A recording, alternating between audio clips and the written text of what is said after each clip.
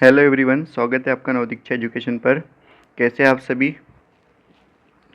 मैं तो उम्मीद ही करते रहता हूँ आप सभी बढ़िया होंगे और आपकी क्लास मतलब आपकी स्टडी भी बढ़िया चल रही होगी, है ना। और आपने रेलवे के फॉर्म जो आए हैं, कल लास्ट डेट है तो उसको आपने फिलअप भी कर दिए होंगे, है ना। तो चलिए बढ़िया चलते हैं, आगे पढ़ाई करते हैं, प्रॉपर रिवीजन करते रहिएगा। आज हमारी 9th क्लास है, 8 क्लास हमारी हो चुकी है। तो आज हमारा पहला क्वेश्चन क्या है देखते हैं। पहला क्वेश्चन है कि राम परचेस 35 रुपये में 2 घड़ियाँ खरीदता है ना। ठीक है, इसका मतलब क्या हुआ, CP1 पहली घड़ी का मैंने मान लिया CP1 और दूसरी घड़ी का CP2, दोनों का टोटल कितना दिया है 35। इतना तो आपको समझता है ना, अभी तक की क्लास से इतना तो आपको समझ में आ गया होगा। 3500 रुपये। एक घड़ी को 25% के लाभ पर, एक सेकेंड थोड़ा पेन चेंज करते हैं। हाँ, एक घड़ी को 25% के लाभ पर, दूसरी को 10% की हानि पर बेचकर वह पूरे लेन देन में न तो लाभ अर्जित करता है और न हानि। बहुत अच्छा कॉन्सेप्ट, ध्यान से देखो। नो प्रॉफिट क्या है, बहुत अच्छा क्वेश्चन भी आते हैं ना, नो प्रॉफिट नो लॉस। ये क्वेश्चन को हम बहुत तरीके से कर सकते हैं। देखो, पहला तरीका क्या हो सकता है, आप ये सोचो कि अगर ना आपको हानि हो रही ना तो आपको लाभ हो रहा। 2 घड़ी थी आपके पास, आपने दोनों घड़ी को बेच दिया, कुल टोटल 3500। पहली घड़ी पे आपको लाभ हुआ है और दूसरी घड़ी पे जो हानि हुई है वो दोनों ही एक दूसरे के इक्वल होगी ना। अरे पहले पे मेरे को 5 रुपये का फ़ायदा हुआ और दूसरे पे मुझे 5 रुपये का नुकसान हो गया, ओवरऑल जीरो आ गया ना तो लाभ हुआ ना तो हानि हुई। इसका मतलब क्या हुआ, पहली घड़ी पर जो लाभ हुआ वही दूसरी घड़ी पे जो हानि हुई उसके बराबर होगा। बस इतना सा कॉन्सेप्ट माइंड में रखना है आपको। मतलब CP1 का कितना परसेंट प्रॉफिट बोला, 25%। पहले पे 25% का लाभ हो गया और दूसरे पे हानि, तो CP का कितने परसेंट की हानि हुई, CP पर हुई 10% की, CP2 पर हुई 10% की हानि। यही ना, CP1 पे 25% का लाभ, CP2 पे 10% की हानि। तो जो लाभ हुआ और जो हानि हुई दूसरी पे, दोनों बराबर हो गए, जब भी क्या कॉन्सेप्ट होगा अपना, नो प्रॉफिट नो लॉस। ठीक है, यहाँ से CP1 CP2 का रेशो निकाल लो, CP1 अपॉन CP2, यहीं काट दो, डायरेक्ट कैंसिल कर दो। क्या हो जाएगा ये, 5×25, 5 से काट दिया ना मैंने इसको, ये परसेंटेज से परसेंटेज तो कट ही जाएगा। 5×25, 5×2 = 10। इसका मतलब मैंने आपको पहले भी बताया था कि ये CP2 की वैल्यू ये होगी डायरेक्ट यहाँ से, और CP1 की वैल्यू क्या होगी, ये होगी, है ना। तो हम यहाँ लिख सकते CP2 की 5 है तो हम यहाँ लिख सकते 5, CP1 के 2 है तो लिख सकते हैं यहाँ 2। जिसको ये इतना भी समझ नहीं आ रहा तो वो ट्रांसफ़र कर दो। CP2 को मैंने, ये जो CP2 है मेरा, इसको मैंने इधर ट्रांसफ़र कर दिया तो CP1 के बटे में आ गया। अब ये 5 को इधर ट्रांसफ़र कर दूँगे 2 के बटे में आ जाएगा। तो बात देखिए कैसे भी कर, हाँ तो क्या आ जाएगा यहाँ पर 2/5, है ना। और टोटल CP आपको दिया, मतलब CP1 और CP2 कितना हो जाएगा, 2 + 5 7, तो 7 यूनिट में, यही होगा ना भाई। तो ये 7 यूनिट की वैल्यू कितनी दी है आपको, 3500 रुपये। अब इसी को 7 सेकंड यूनिट की मेथड से भी कर वैल्यू लेते हैं आपको ना। दी है, तो सेकंड मेथड हमारी होगी, अगर लो 3500 रुपये। अरे यही ना, आप ध्यान से देखो यहाँ पर, ये दिया है CP1 + CP2, यूनिट में कितना आया, 2 और 5, 5 और 2 7 की वैल्यू 3500। अब इसको कैंसिल कर दो यहाँ पर, 7 से, 7 अपने 35, 500 आ गया। एक यूनिट का मान आ गया आपके पास 500। आपको पूछा क्या, प्रत्येक घड़ी का क्रय मूल्य बताओ। तो CP1 मतलब पहले घड़ी का क्रय मूल्य 2 यूनिट, तो हम 2 यूनिट का मान निकाल के बता देंगे। तो 2 यूनिट का मान कितना आ जाएगा, 500 में 2 का गुना 1000। Very good. वैसे ही हम CP2 मतलब दूसरी घड़ी का क्रय मूल्य निकालेंगे, मतलब कितने यूनिट का, 5 यूनिट का, है ना, 5 यूनिट की वैल्यू। तो 500 गुणित कितना हो जाएगा, 5, 5×2500, 2500 रुपये और 1000 रुपये। कौन से ऑप्शन में दिख रहा है, ऑप्शन नंबर C। तो ऑप्शन नंबर C इसका आंसर है ना।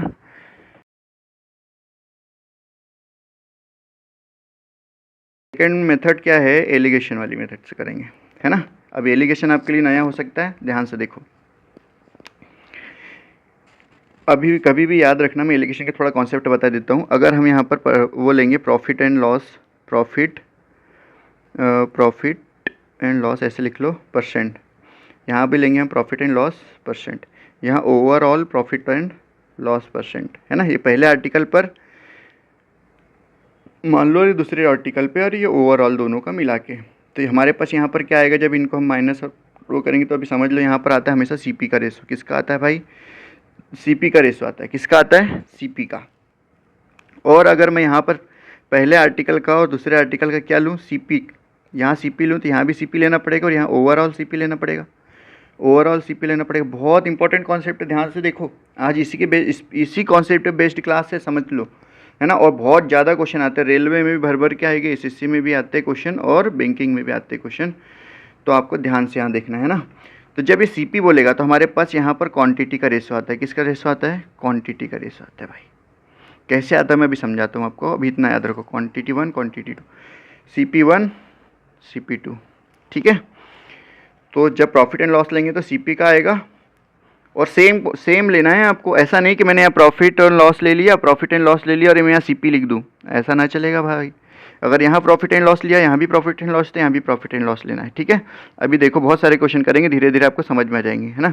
एग्जाम्पल की ज़्यादा जरूरत नहीं, क्योंकि क्वेश्चन ही बहुत सारे रख लिए, ठीक है। फिर भी आवश्यकता होगी तो करा देंगे एक्स्ट्रा क्लास में, बस कमेंट में बता दिया करो। वैसे आप लोगों के पास फुर्सत कहाँ है कमेंट करने की। ध्यान से देखो, मुझे बताओ, आपको मैंने क्या बोला, यहाँ पर आपको क्या लिखना है। मैं एक तरफ कॉन्सेप्ट लिख देता हूँ, है ना, नहीं तो आप लोग कन्फ्यूज होंगे क्या कर रहे हैं मास्टर।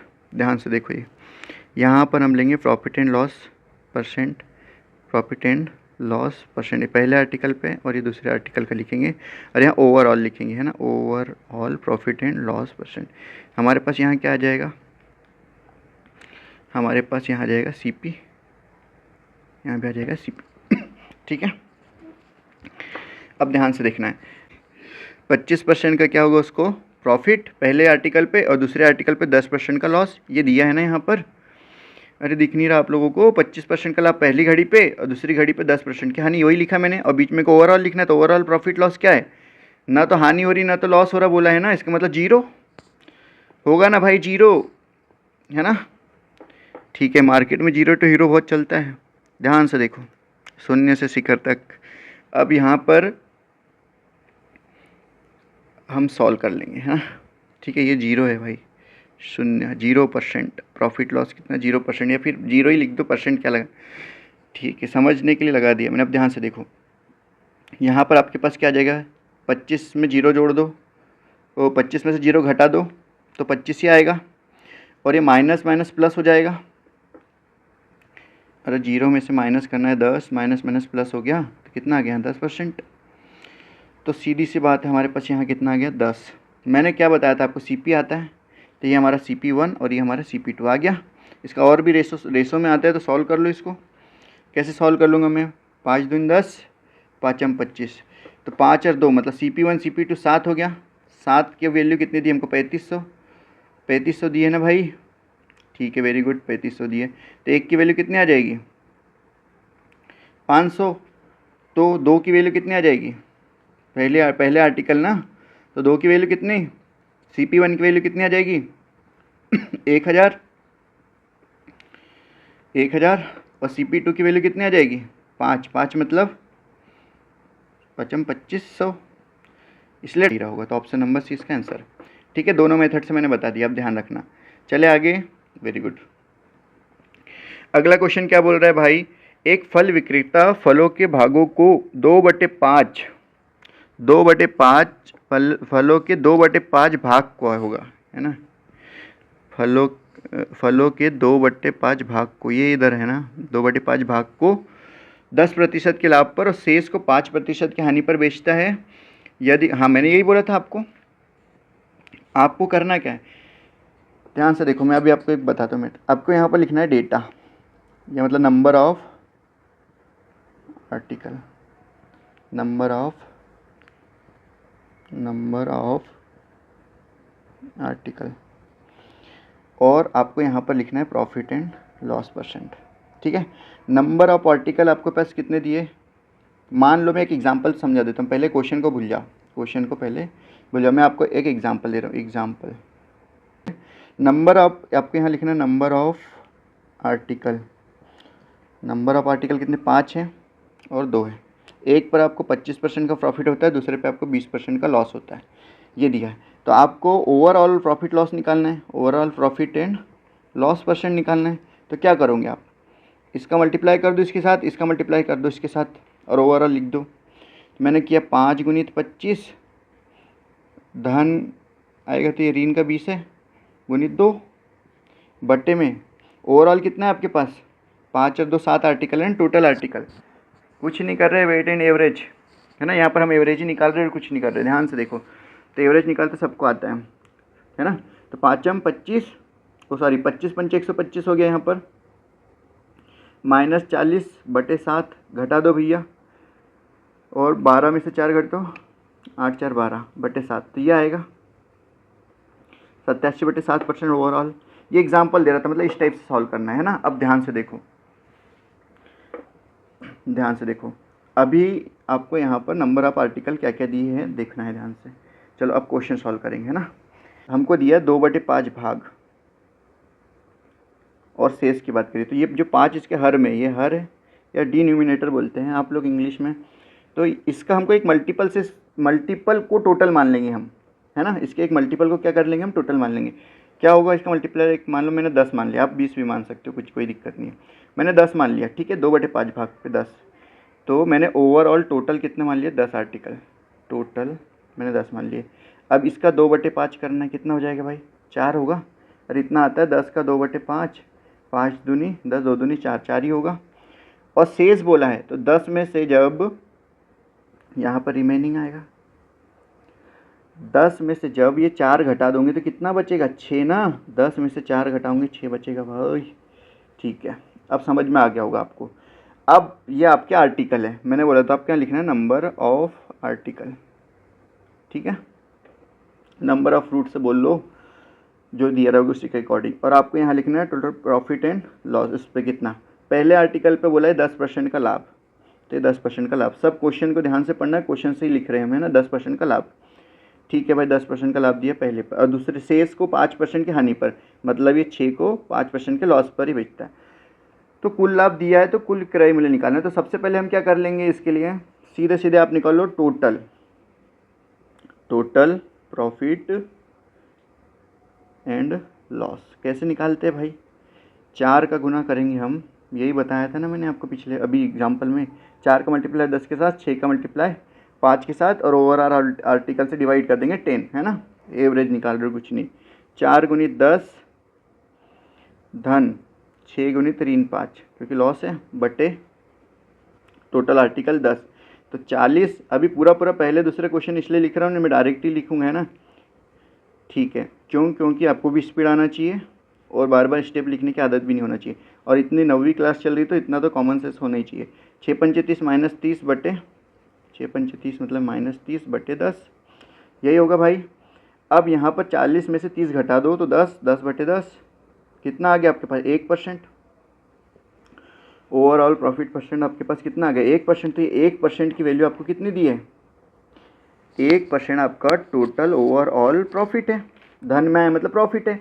तो कुल लाभ दिया है आपको 1850। आपको बोला फलों का कुल क्रय मूल्य, तो भाई क्रय मूल्य कुल कितना, 100% ही मानते हैं ना। 100% होता है किसी भी चीज़ का मूल्य, एक 100% में से हम तो सॉल्व कर रहे हैं ना। तो यहाँ 100% की वैल्यू फाइंड कर लो, तो कितना हो जाएगा, यहाँ 100 से मल्टीप्लाई, 1850 में 100 से गुना, तो कितना आ जाएगा यहाँ पर 1850 में 2 जीरो और लगा दो, ठीक है। ऑप्शन नंबर सी दिख रहा है सबको। चलो टेंशन मत लो, अभी और क्वेश्चन है और अच्छे से आपके डाउट क्लियर हो जाएंगे, है ना। देखो अगला क्वेश्चन देखो ध्यान से। यदि कुल वस्तुओं का 80% 25% की हानि पर बेचा जाता है, कुल वस्तुओं का 80% बोला है ना, 80%, वेरी गुड। 80% भाग को 25% की हानि पर बेचा जाता है और शेष वस्तुओं को 20% के लाभ पर बेचा जाता है, ठीक है भाई। तो इसमें जैसे आपको 2/5 दिया था, डायरेक्ट यहाँ पर 2/5 दे दिया था फ्रैक्शन में, वैसे ही आपको यहाँ पर भाग दे दिया 80%। तो कोई दिक्कत नहीं, हमको फ्रैक्शन में चेंज करते आता है। ये हो जाएगा 80/100, परसेंटेज में चेंज करने 100 से भाग, 1 0 से 1 0 काट दिया, और इसको 2 से काट दो, 2 पंचे 10 और 2 चौके 8, 4/5 आ गया। मैंने आपको क्या बोला था, जो हर में रहेगा उसका मल्टीपल मान लो 1, तो मैं मान लेता हूँ, मान लो मैंने 10 मान लिया 10। तो 10 का मैं कितना निकाल लूँ, अब कई लोग बोलेंगे सर आप 10 ही 10 क्यों मान रहे हैं, 5 दूनी 10, 5 3 15 भी तो होता है। चलो भाई मैं 15 मान लेता हूँ, आप 10 मान के भी करो तो वही आंसर आएगा, 15 मान के भी करो। चलो पहले 10 मान के करा देता हूँ, फिर 15, फिर 20 भी कर लेंगे, कोई दिक्कत नहीं। कोई भी मल्टीपल ले लो, पर छोटा लो तो ज़्यादा अच्छा है, ठीक है। तो इसका 4/5 निकाल लेंगे तो कितना आर्टिकल, 10 का 4/5। तो यह मैं तो डायरेक्ट कर सकता हूँ, पर तुम्हारे लिए बता रहा हूँ, ये 4/5, 5 दूनी 10, 4 दूनी 8, ठीक है। इतनी महानता नहीं, आपको पिछले क्वेश्चन में समझ में आ जाना चाहिए था। नहीं आ रहा है तो क्लास को रोक के फिर से करो, है ना। ये 8, कई लोग जिनको बन रहा होगा तो बोलेंगे यार मास्टर इतना स्लो स्लो क्यों पढ़ा रहे हो, इतनी छोटी छोटी चीज़ें क्यों बता रहे हो। तो भैया सबको देख के चलना पड़ता है ना। हम भी यहाँ टाइम पास करने नहीं आए और आप भी मत करो। और जिसको बन रहा है वो बहुत अच्छी बात है, जिसको नहीं बन रहा है तो समझ लो, और जिसको बन रहा है उसका रिवीजन भी हो जाएगा, है ना। तो कोई इशू नहीं है। चलो अब भाई 10 में से 8 गए तो कितना बचा, 2। ये हमारे पास नंबर ऑफ आर्टिकल हो गए, बार बार लिखने की ज़रूरत नहीं है, लिख देता हूँ नंबर ऑफ आर्टिकल, ठीक है। अब यहाँ पर हम क्या लिखेंगे, प्रॉफिट एंड लॉस जो दिया है क्वेश्चन में। पहले पर हमको 25% की हानि हो रही है, 8 वस्तु पर हमको 25% की हानि हो रही है, ठीक है भाई। ऐसे लिख दे क्या, ब्रेक से 25% की हानि हो रही है 8 वस्तु पर, और शेष मतलब 2 पर 20% का लाभ हो रहा है। ये ध्यान रखना, ये प्लस माइनस का है ना, हानि हो रही तो माइनस, लाभ हो रहा था। ओवरऑल प्रॉफिट एंड लॉस हम कैसे निकालते हैं, प्रॉफिट एंड लॉस हम कैसे निकालेंगे, 8 का गुना करेंगे 25 के, ऋण 25 के साथ, धन 2 का गुना करेंगे 20 के साथ, है ना, ऐसे करेंगे। चलो इसको थोड़ा सा एक सेकंड इसको थोड़ा सा इधर ले लेते हैं ना, आजा भाई, ठीक, ऐसे ही होगा। अब एक काम करो, यहाँ पर 10 से भाग देना पड़ेगा, क्योंकि टोटल जो आर्टिकल माना उससे भाग देंगे, एवरेज ही निकाल रहे हैं ना। 25 8 200 माइनस 200 प्लस 20 दूनी 40 बटे में कितना आ जाएगा यहाँ पर 10, तो बचा कितना, माइनस में 160 बटे 10, 1 0 से 1 0 कट जाएगा, ऋण आया क्या, ये सब इसमें परसेंटेज में आता है ना, ऐसा लिख नहीं रहे मतलब समझो, लेकिन आप, है ना, ठीक है। -16% क्या आएगा आपके पास आंसर, -16% मतलब लॉस परसेंट कितना, 16%। ऑप्शन नंबर सी आपका आंसर होगा। और कुल हानिच पूछा था, और हानिच होगी, ऋण में आए तो हानि, धन में आए तो प्रॉफिट, ठीक है। चले अगले क्वेश्चन पर। चलो आपने अब मुझे आज्ञा दे दी तो चलना ही पड़ेगा अगले क्वेश्चन पे, है ना। चलो क्वेश्चन क्या है, ध्यान से देखो, अब तो पूरा क्लियर हो जाना चाहिए, इस क्वेश्चन से आपके पूरा डाउट क्लियर हो जाना चाहिए, है ना। और बहुत इंपॉर्टेंट टाइप है, ये याद रखना।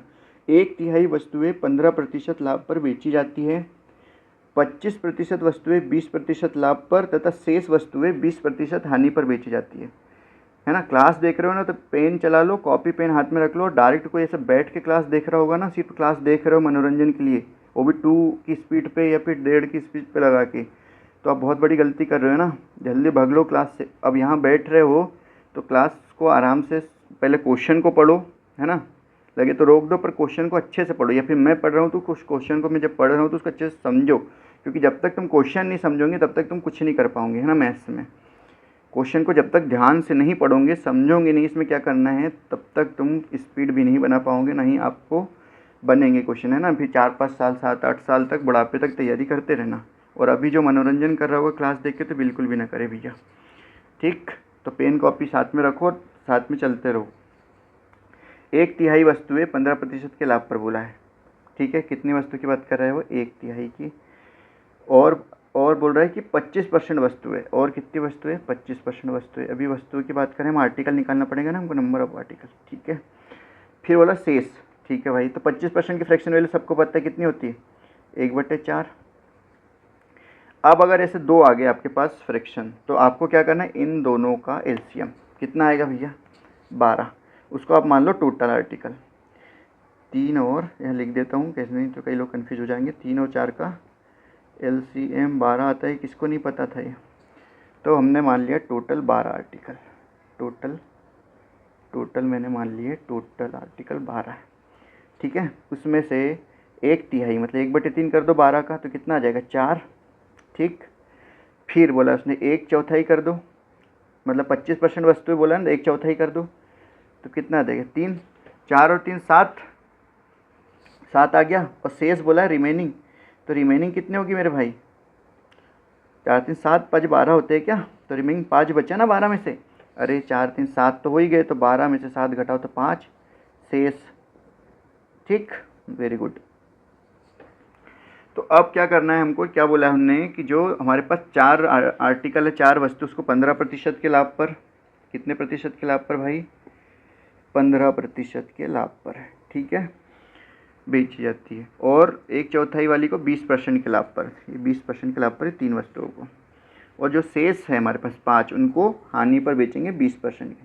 कोई बात नहीं, 3 विधि है तो हम सॉल्व कर लेंगे, वैसे ही सॉल्व करना है आपको।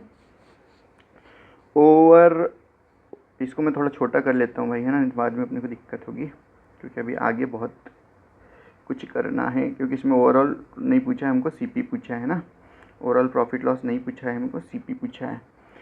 तो करते हैं, कोई दिक्कत नहीं है। चलो कैसे निकालेंगे भाई? चलो एक काम करो, मैं निकाल रहा हूँ, उसके पहले आप लोग निकाल लो कॉपी में फटाफट। Over all profit and loss percent, 4 का गुना होगा 15 के साथ में धन, 3 का गुना होगा 20 के साथ में धन, 5 का गुना होगा ऋण 20 के साथ में। और ओवरऑल आर्टिकल हमारे पास कितने भाई, कितने हैं? 12 टोटल माने ना आपने, 12। ठीक है भैया, 12 से भाग दे देंगे। 15 चौक 60, 3 दूनी 6 60, ऋण 100, 20 पंचे 100, यही होगा, बटे में 12। तो भाई 20/12 आ रहा है क्या? कितना आ रहा है मेरे पास यहाँ? 20/12। क्यों नहीं आएगा? देखो कई लोग बोलेंगे कैसे आ गया मास्टर जी, 120, 60 और 60 माइनस 100 तो 20 ही बचेगा मेरे भाई। ठीक है, 20/12, 4 से काट दो, 4 तिया 12, 4 पंचे 20, इतना परसेंटेज में आ रहा है हमारे पास ये सब, है ना। बार बार लिखने की ज़रूरत नहीं है, क्योंकि आपको एग्ज़ाम में स्टेप नहीं दिखाना है, आपको सिर्फ आंसर से मतलब है। कुछ चीज़ कॉमन सेंस पता है, परसेंटेज आना है तो आना है, क्यों लिखना ज़रूरी है क्या? 10th क्लास है कि 12th क्लास है? PhD कर रहे हो क्या?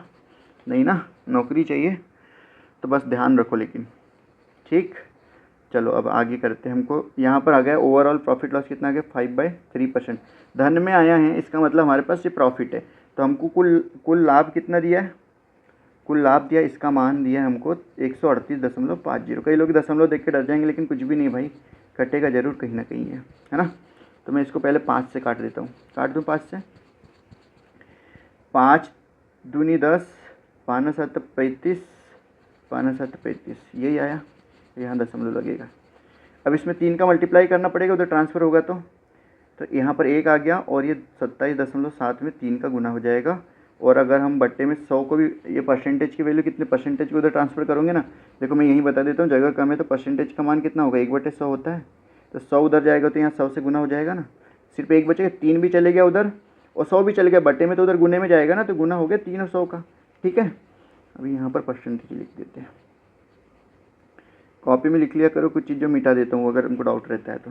3 का मल्टीप्लाई करो, 7 3 21 के 1 हासिल कर दो, 7 3 21 23 के 3 हासिल कर दो, 3 दूनी 6 2 8। तो दशमलव एक स्थान के बाद यहाँ लगेगा, 1900 है। 100 का गुना कर दो तो आपको पता ही, 100 का गुना करने के बाद क्या आएगा? 8310 हमारा आंसर आ जाएगा रुपये में, 8310। ये डी नंबर का हमारा आर्टिकल। ठीक है, या फिर ऐसे 100 को इधर मल्टीप्लाई करके नहीं करके आप ऐसे भी कर सकते थे। ठीक है, मैं बता देता हूँ, है ना, अभी तक जैसे करते आ रहे वैसे बता देते। तो ध्यान से यहाँ पर फिर से देख लो, यहाँ ध्यान से देखना है आपको। क्या 1% की वैल्यू निकाल लो, 3 का मल्टीप्लाई कर दो 27.7 में, यही होगा।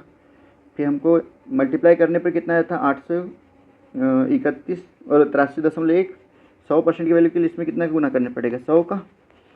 तो 100% हमारा क्या होता है? सीपी होता है ना, तो सीपी हमारे पास कितना आ जाएगा?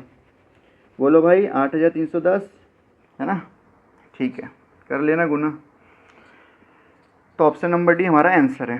ठीक है, देखो मैं सारे डाउट, छोटे छोटी भी अगर आपको प्रॉब्लम आ रही होगी ना, कोई जो मैथ से बैकग्राउंड से नहीं भी हो, या फिर चलो बहुत दिन से रिवाइज नहीं किया, या मैथ से छूट गया जिसको, उसको बहुत ज़्यादा दिक्कत हो, वो भी मैं सॉल्व करूँगा। लेकिन आप कमेंट में बताओ तो कि समस्या कहाँ आ रही है। बोल तो दिया कि आईडी दूसरी बना लो, पर आप लोगों को समझ कहाँ रहा है। बट कम से कम पूछो तो उस हिसाब से मैं पढ़ाऊँ। चलो अगले सवाल पे चलते हैं।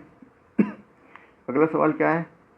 चलो ये थोड़ा डिफरेंट क्वेश्चन है, ध्यान से देखो। 18 रुपये प्रति किलोग्राम के मूल्य वाले, है ना, 18 रुपये प्रति किलोग्राम के मूल्य वाले 5 किलोग्राम गेहूं को 2 किलोग्राम अन्य प्रकार के गेहूं के साथ मिलाकर 20 रुपये प्रति किलोग्राम वाला मिश्रण प्राप्त होता है। महंगे वाले गेहूं का प्रति किलोग्राम में मूल्य बताना है। तो क्या करेंगे भाई हम यहाँ पर, सबसे पहले हम ओरिजिनल प्राइस निकालेंगे, है ना। ओरिजिनल प्राइस निकाल लो। तो 18 रुपये पर केजी का मूल्य है, और कितने केजी पर, 5 केजी पर कितना आ जाएगा, 18 पंचे 90 रुपये, यही आएगा भाई। ठीक है, अब हम इंक्रीज्ड प्राइस निकालेंगे। इंक्रीज्ड प्राइस, है ना, कितना हो जाएगा। अब मुझे बताओ, 20 रुपये बोल दिया उसने मिलाने के बाद, 2 किलोग्राम अन्य प्रकार गेहूं के मिलाने के बाद 20 रुपये में बेचेगा, तो पर केजी तो उसका 20 रुपये मूल्य हो गया।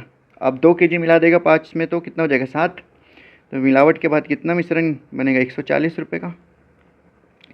अरे बनेगा भाई, ठीक है। अब मुझे बताओ दोनों में डिफरेंस कितने का है। चलो मैं इसको मिनिमाइज़ करता हूँ, उससे पहले आप बता दो फटाफट डिफरेंस कितने का है दोनों के प्राइस में, कितने का है। अच्छा कौन बोला 50 का है, 50 का है डिफरेंस, है ना। क्यों, 140 में से 90 घटा दो, 50 का। कितने पे, 2 पर केजी निकालना है ना आपको, ये 2 पर है ना। अरे 2 किलोग्राम मिलाया ना उसने, तो अब 50 का डिफरेंस आया, तो इसको काट दो कितने बार में, 25 रुपये प्रति किलोग्राम का मूल्य आ गया आपके पास महंगे वाले गेहूं का। ठीक, वेरी गुड। चलते हैं अगले क्वेश्चन पर, ज़्यादा कुछ नहीं था इसमें। अगला क्वेश्चन क्या है भाई, अगला क्वेश्चन है, एक दुकानदार के पास 2220 किलोग्राम चावल है। ठीक है भाई, इतना चावल है उसके पास। चावलों के एक भाग को वह 20% लाभ पर तथा शेष को 12% के लाभ पर बेचता है। ठीक है, उसे कुल मिलाकर 18% का लाभ प्राप्त होता है। 12% लाभ पर बेची गई मात्रा क्या होगी। कोई बात नहीं, अभी तक तो आप ऐसे सवाल करते आ रहे हो ना। मुझे ये बताओ, एक आर्टिकल मतलब एक भाग, एक पार्ट उसने 20% के लाभ पर बेचा और दूसरा पार्ट उसने 12% के लाभ पर बेचा, और ओवरऑल उसने 18% बोला है ना, कुल मिलाकर। He gains 18% on the whole, तो 18% इसका ओवरऑल है। ठीक है, वेरी गुड। इसको बीच में लिखते, पता है आपको, मैंने आपको बताया था अगर प्रॉफिट लॉस का आप लिखोगे, यहाँ पर भी प्रॉफिट लॉस, तो यहाँ आपको लिखना पड़ेगा ओवरऑल प्रॉफिट लॉस, और यहाँ पर क्या आता है आपका सीपी का रेशो आता है। ठीक है, क्वांटिटी दी है वैसे आपको सीपी में, चलो कोई नहीं। यहाँ पर ध्यान से देखो, अब आपको 20 में से 18 घटाओगे तो कितना बचेगा 2, और 18 में से 12 घटाओगे तो कितना आएगा, यहाँ पर 6 आएगा। तो 2 से मैं काट सकता हूँ, परसेंटेज नहीं भी लिखोगे चलेगा, रेशो में तो कट ही जाता है। 2 तिया 6, 3 एकम 3, और 2 एकम 2, और 2 तिया 6, तो 3 रेशो 1 आ गया। तो मुझे बताओ ये 4 ओवरऑल कितना होगा, 4।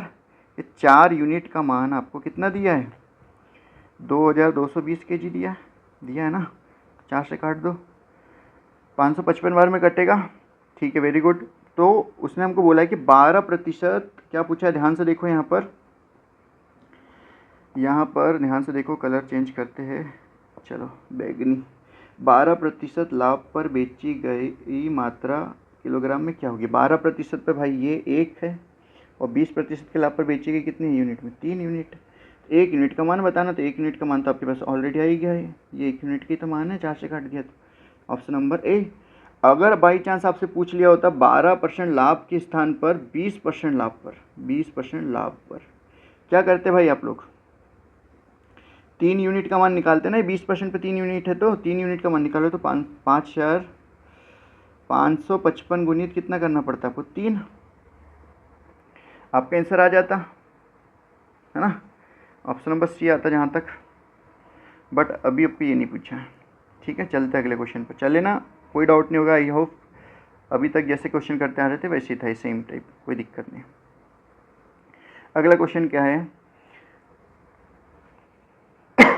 सॉरी, अगला क्वेश्चन क्या है, एक व्यक्ति ने कुछ कीमत पर 40 वस्तुएं खरीदी। ठीक है, कुछ कीमत पर उसने 40 वस्तुएं खरीदी। उन्होंने मतलब टोटल 40 वस्तुएं, याद रखना। उन्होंने कुछ वस्तुओं को 30% के लाभ पर 26 वस्तुओं की कीमत के बराबर मूल्य पर बेच दिया। ये बहुत इंपॉर्टेंट लाइन है, आपको इसको 2 बार पढ़ लेना है और समझ लेना कि क्या बोला है भाई। इसी लाइन का यहाँ पर खेल है, बाकी तो सब कुछ सेम है ना। जिसने इस लाइन की मीनिंग को समझ के एक स्टेप लिख ली तो समझो उसका पूरा क्वेश्चन बन गया, क्योंकि सब कुछ सेम है ना। शेष वस्तु बोल रहे हैं तो 40 में से कुछ वस्तु थे, वो कुछ वस्तु क्या थी जिसको 30% के लाभ पर उसने बेचा होगा। तो भैया उसके लिए हमको यहाँ दिया ना 30% के लाभ पर बेचा, तो 26 वस्तु की कीमत के बराबर। 30% के लाभ पर बेचा मतलब कितने में बेचा होगा, 130% का, ये बोल सकते हैं।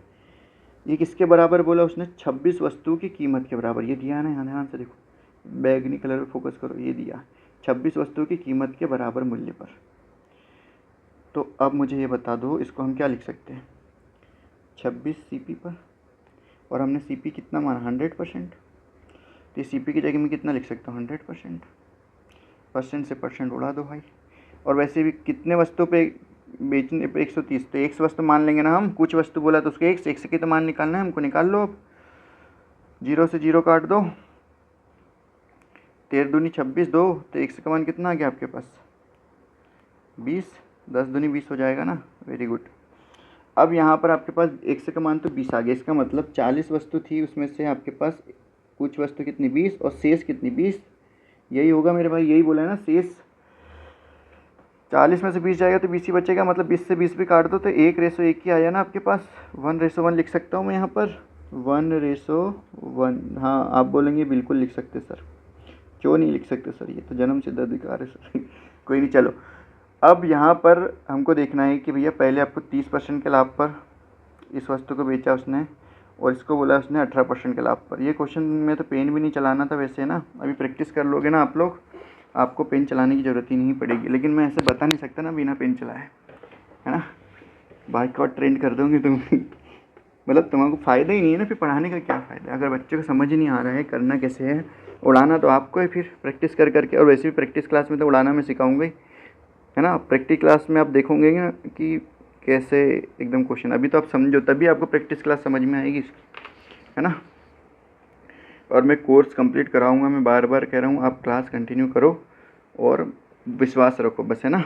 बेहतरीन अप्रोच के साथ कराएंगे और डाउट ग्रुप भी बनाएंगे, तो आपको टेंशन लेने की बिल्कुल भी ज़रूरत नहीं है जब तक हम हैं। मुझे ये बता दो, अब आपको बोला कुल लाभ बताना है, दोनों बार लाभ हो रहा है तो लाभ ही होगा ना, तो प्रॉफिट परसेंट कितना हो जाएगा, 30 में 1 का गुना करोगे, अरे 30 में 1 का गुना करोगे 1, 18 में 1 का गुना करोगे तो 18 ही आएगा ना। कॉमन सेंस, 30 धन 18 बटे कितना हो 1 और 1 कितनी 2 है ना। आर्टिकल, टोटल आर्टिकल लिखना है, 40 मत लिख देना, अभी इनकी जो बात कर रहे हैं ना वो तो भूल ही गए ना हम, इन पे काम कर रहे हैं ना, तो 2 आएगा। ठीक, सरल कर दिया, 20 से 20 काट दिया तो कैलकुलेशन ईजी हो गया ना, ऐसे ही करना है आपको। तो 48/2, तो यहाँ पर कितना जाएगा 24%। अब कोई बुद्धिमान लड़का, अभी तो मैंने उसको बता दिया है ना, अब बताने के बाद वो जब एग्ज़ाम में बैठेगा तो वो क्या करेगा, क्वेश्चन ध्यान से देखा, ये स्टेप उसके मन में हो जाएगी और डायरेक्ट 24 आंसर लगाएगा वो, है ना। क्योंकि उसके पास 20 आ जाएगा तो क्या करेगा, 30 और 18 को जोड़ देगा, ये 30 और डायरेक्ट 30 धन 18 बटे 2 तो 24 उसके मन में आ जाएगा। कुछ भी नहीं लिखना, पेन उठाना ही नहीं है इसमें, समझ रहे हो ना। पर वो कैसे कब होगा, ये जब होगा प्रैक्टिस पर, समझ रहे हो। क्लास को 2-2 3-3 बार देखो, बिल्कुल डाउट रहता है तो मैं नंबर दे दूँगा आपको, बिल्कुल आप अपने डाउट भी भेजो, या फिर आप कॉल करके अपने डाउट क्लियर भी कर सकते हो, इसकी फैसिलिटी भी आपको मिलेगी, है ना। ठीक, विश्वास रखो, क्लास फ्री है लेकिन फ्री नहीं है, समझ में आया। इसका मतलब क्या हुआ कि आप कंटेंट देख के समझ में आ रहा होगा, अगर ये कोर्स मार्केट में लॉन्च करे तो कितने में जाएगा और कितने लोग इसमें इनरोल करेंगे ना। लेकिन हम चाह रहे हैं कि अब इसको फ्री में, लेकिन आप फ्री ना समझो, क्योंकि फ्री की चीज़ों को सब हल्के में लेते हैं, है ना, कि फ्री है तो क्या ही पढ़ाएंगे। तो आप देख रहे होंगे हमारी भी मेहनत, कंटेंट पर भी मेहनत है, सीट पर भी मेहनत है, और आपके लिए मेथड्स पर भी मेहनत है बिल्कुल, और एग्ज़ाम ओरिएंटेड है, बिल्कुल भी ऐसा नहीं कि एग्ज़ाम ओरिएंटेड नहीं है। अच्छे से अच्छा एग्ज़ाम निकलेगा, CGL निकलेगा, SBI PO निकलेगा, NTPC निकलेगा, क्यों नहीं निकलेगा, हर एग्ज़ाम निकलेगा आपका, देखो ध्यान से, साथ में चलो, विश्वास रखो। 24 मतलब ऑप्शन नंबर डी, है ना, ऑप्शन नंबर डी आपका आंसर है। चलो अगले क्वेश्चन पे चलते हैं। क्या बोल रहा है ये क्वेश्चन, एक विक्रेता 20 रुपये प्रति किलोग्राम मूल्य के 26 किलोग्राम चावल को 36 रुपये प्रति किलोग्राम मूल्य के 30 किलोग्राम चावल के साथ मिलाता है और मिश्रण को 30 रुपये प्रति किलोग्राम में बेचता है तो वह कितने प्रतिशत लाभ कमाता है। चलो भाई होमवर्क दे दूँ। होमवर्क देने का मन तो होता है पर तुम पर भरोसा नहीं है ना कि तुम करोगे या नहीं करोगे। चलो थोड़ा सा डिफरेंट टाइप है तो मैं बता ही देता हूँ आप लोगों को। खुश अब होमवर्क दो तो बड़े नाराज़ हो जाते हो तुम लोग, है ना, पता है मुझे सब पहले से। अब बहाना मत बनाओ, है ना। चलो अब ध्यान से देखो, आपको लग 20 रुपये प्रति ग्राम मूल्य के 26 किलोग्राम चावल को, है ना, 26 किलोग्राम चावल को 36 रुपये प्रति किलोग्राम मूल्य वाले 30 किलोग्राम चावल के साथ मिलाता है, फिर मिश्रण को इतने में बेचता है। तो भैया पहले मिला लिया, मतलब उसका प्राइस निकालो तो सीपी आ जाएगा आपके पास, है ना, फिर बेचेगा कितने में वो निकाल लेंगे। तो सीपी कैसे आएगा आपके पास, 20 रुपये पर केजी है, कितना केजी बेचा 26, और 36 रुपये के हिसाब से उसने 30 किलोग्राम बेचा, 36 रुपये के हिसाब से उसने 30 किलोग्राम बेचा। यही बात है या नहीं है बताओ, मेरे हिसाब से तो है ना। ठीक है तो इसको हल कर लो, 520 आ जाएगा प्लस 1080, तो जोड़ दो तो कितना आ जाएगा,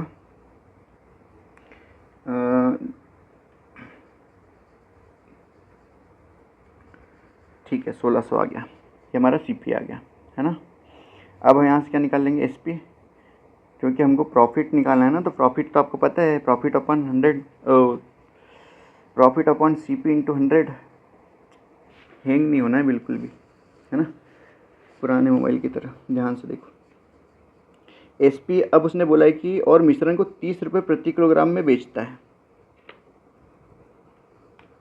है ना, जो उसका मिश्रण है उसको 30 रुपये प्रति किलोग्राम बेचता है। तो मुझे बताओ मिश्रण की क्वांटिटी कितनी है इसके पास, कितने किलोग्राम मिश्रण है इसका, बोलो बोलो,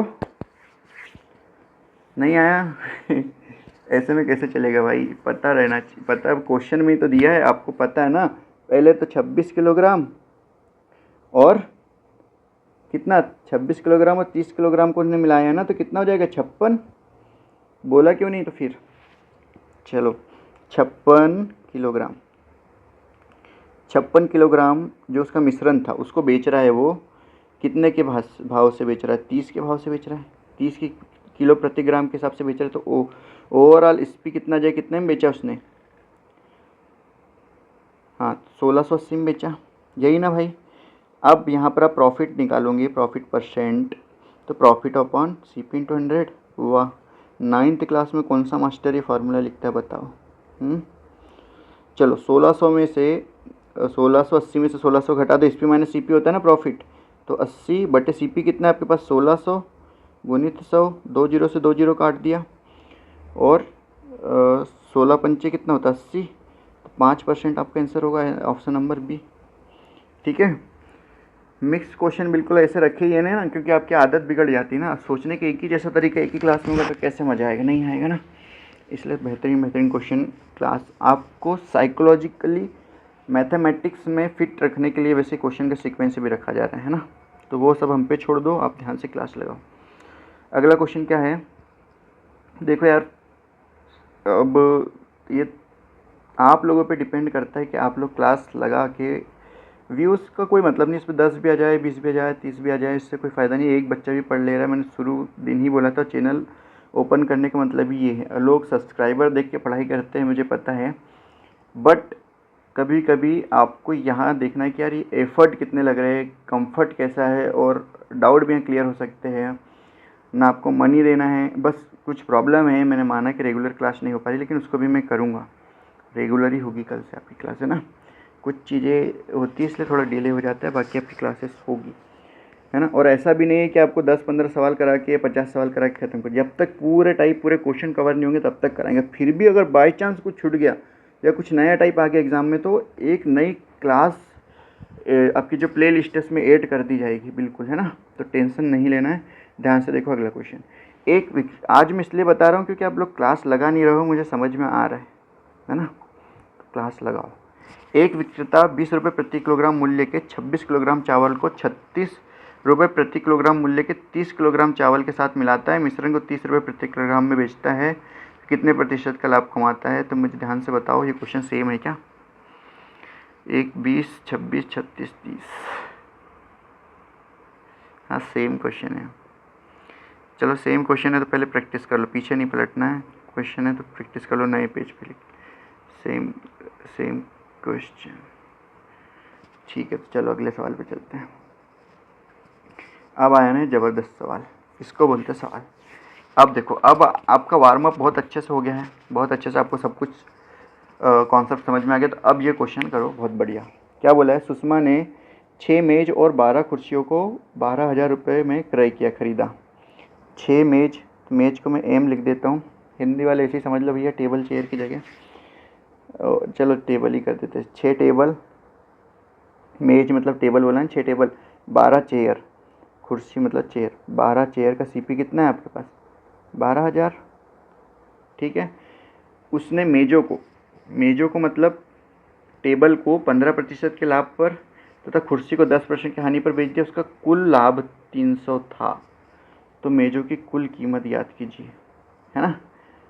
है बेहतरीन सवाल। अब भी अगर आपको इस सवाल नहीं समझ में आए तो क्लास को रिपीट देख लेना एक बार, है ना। ठीक, इसको भी हम 2-3 तरीके से कर सकते हैं, पर अभी तक हम जो तरीके से करते आ रहे हैं वो तरीका करते हैं पहले, है ना। ध्यान से देखो, 15% के लाभ पर वो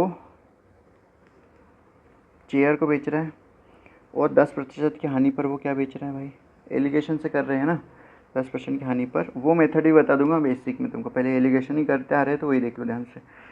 10% की हानि पर बेच दिया, और ये भी समझ आना चाहिए कहाँ एलिगेशन लगाना है ना। अभी तक की क्वेश्चन पढ़ेंगे तो समझ आ ही गया होगा आपको, डिफ्रेंशिएट करते आ जाना चाहिए अभी तक, आई नो। -10% की हानि पर बेच दिया, यदि उसका कुल लाभ इतना था। अब मुझे ये बताओ, आपने एक तरफ लिख दिया प्रॉफिट परसेंट, एक तरफ अपने लॉस परसेंट लिख लिया, तब यहाँ पर ओवरऑल प्रॉफिट लॉस परसेंट लिखना पड़ेगा, है ना। यही कॉन्सेप्ट बताया था मैंने, प्रॉफिट और लॉस परसेंट लिखना है एक तरफ, दूसरी तरफ प्रॉफिट एंड लॉस परसेंट लिखना है, तो बीच में ओवरऑल प्रॉफिट लॉस परसेंट लिखना है।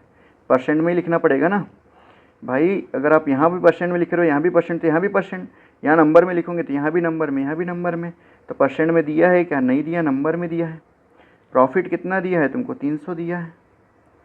सीपी कितना है तुम्हारा? Overall CP 12,000। तो भगवान ने मुझे इतनी बुद्धि तो दी है ना, दी है कि नहीं दी है?